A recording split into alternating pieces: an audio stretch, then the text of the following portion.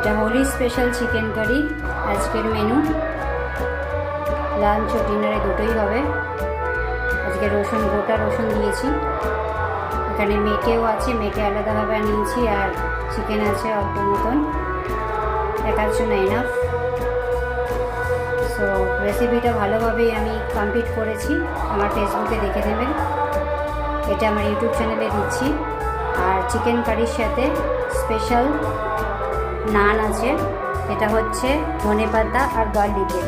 এটা ready to ইট, ঘরে বানাইনি, ready to it, just fry করে নিয়েছি।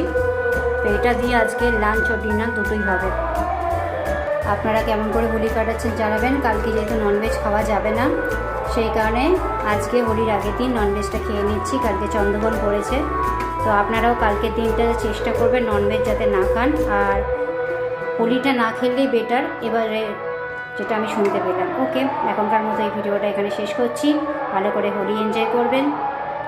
আর আমি আমার খাওয়াটা খেয়ে আপনাদেরকে রিভিউ দিয়ে দেব দুটোই কেমন হয়েছে। ওকে, এখনকার মতো tata, have a nice Holi.